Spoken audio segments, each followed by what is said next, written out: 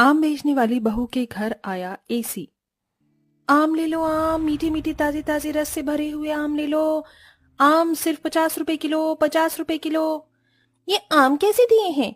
बहन जी सिर्फ 50 रुपए किलो हैं। क्या? 50 रुपए किलो में ये गुलगुले से आम? इसके लिए तुम हमसे 50 रुपए लोगी? नहीं मेम साहब, मेरे आम तो काफी ताजा हैं, ये गुलगुले कैसे हो सकते हैं? अच्छा तुम्हें यकीन नहीं आता तो खुद ही देख लो।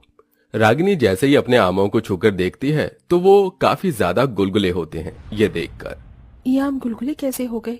सुबह तक तो बिल्कुल ठीक थे। अगर देने हैं तो 20 रुपए के ले दो आम, वरना मैं तो चली। कोई पागल ही होगा जो 50 रुपए में तुम्हारे ये आम खरीदेगा।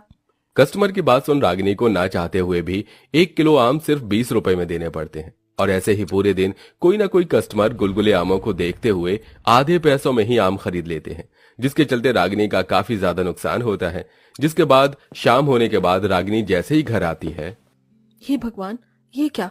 सुबह ही मैं इन सभी आमों को पेड़ से तोड़कर रख लेकर आई थी और शाम तक ये सभी आम गुलगुले होकर खराब हो गए। बच्चों, ये आम कैसे खराब हुए? अरे बहू, बच्चों से क्या पूछ रही है? मुझसे पूछ। दिन में हमारा घर पूरा का पूरा ईंट की भट्टी बन जाता है, और ईंट की भट्टी में क्या आम सही सलामत रह सकते हैं? माँ जी, अगर गर्मी में यूं ही रही तो सारे आम खराब हो जाएंगे, तो मैं बेचूंगी क्या? माँ, आप एक काम क्यों नहीं करती? आप इन सभी आमों को ठंडे पानी के मटके में डाल दो, उसकी ठंडक की वजह से ये आम खराब नहीं होंगी। रूही की बात सुन रागिनी उन बचे हुए आमों को ठंडे पानी के मटके में डाल देती है, ये सोचकर कि अब तो उसके खराब होने से बच जाएंगे।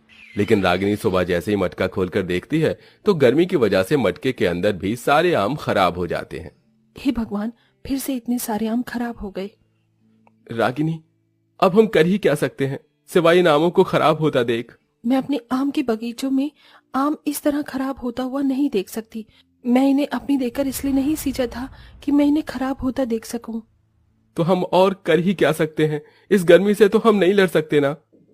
अर्जुन की बात सुन रागिनी के पास कोई जवाब नहीं होता, जिसके बाद रागिनी फिर से अपने आम के बगीचे में जाती है और वहां से आम तोड़ने लगती है। हे भगवान, हम पर थोड़ी दया करो ताकि ये आम खराब ना हो। रागिनी आमों को लेकर उन्हें बेचने के लिए चली जाती है। तभी दोपहर होने तक सारे आम फिर से गर्मी की वजह से खराब हो जाते हैं, जिसके चलते रागिनी गुस्से में उन सभी खराब आमों को फेंक कर अपना ठेला लेकर घर जा रही होती है। तभी रागिनी की नजर एक बड़ी फलों की दुकान पर पड़ती है, जिसमें रखे हुए सारे फल काफी ज्यादा ताजे थे, जिसे देखकर रागिनी उस फल वाले की दुकान के पास जाती है। भाई साहब, इतनी गर्मी में भी ये सभी फल इतने ताजा कैसे हैं? अरे बहन जी, इस एसी की वजह से मैंने अपनी फलों की दुकान में एसी लगा रखा है